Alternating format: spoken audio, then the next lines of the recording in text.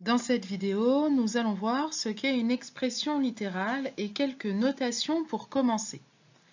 Tout d'abord, commençons par rappeler ce qu'est une expression numérique. 2 fois 5 plus entre parenthèses 5 moins 8 est une expression numérique puisqu'elle comporte des nombres et des opérations.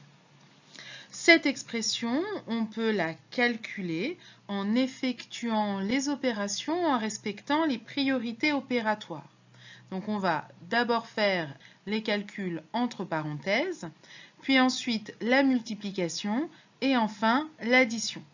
Donc ça va nous donner entre parenthèses 5 moins 8 c'est égal à moins 3, 2 fois 5 c'est égal à 10. On va donc pouvoir écrire 10 plus moins 3 que l'on pourra simplifier par 10 moins 3. Et enfin, on effectue le dernier calcul, 10 moins 3 égale 7. Voyons maintenant ce qu'on appelle une expression littérale. Eh bien, c'est tout simplement un ensemble de nombres, de lettres et de parenthèses, mais attention, une lettre représente un nombre quelconque. On l'a déjà rencontré à plusieurs reprises.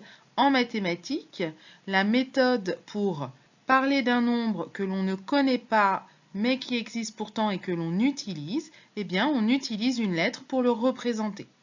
Donc ici, 3 fois x plus entre parenthèses 4 fois x moins 2, fermez la parenthèse, est une expression littérale. La lettre x n'est pas une lettre mais un nombre et cette lettre représente un nombre quelconque.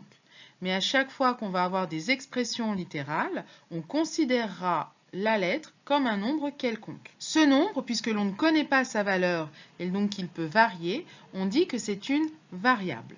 Par contre, les nombres qui constituent cette expression, comme 3, 4 ou moins 2, sont appelés des constantes puisque ce sont des nombres qui, eux, ne varient pas.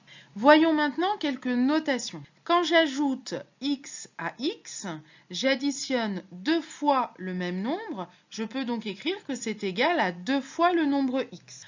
Maintenant, quand je multiplie x par x, l'on sait déjà que c'est égal à x au carré, ce que l'on peut aussi dire le carré de x. Si je multiplie x par lui-même 3 fois, c'est-à-dire x fois x fois x, j'ai ici x au cube que l'on peut aussi lire le cube de x, mais c'est plus rare.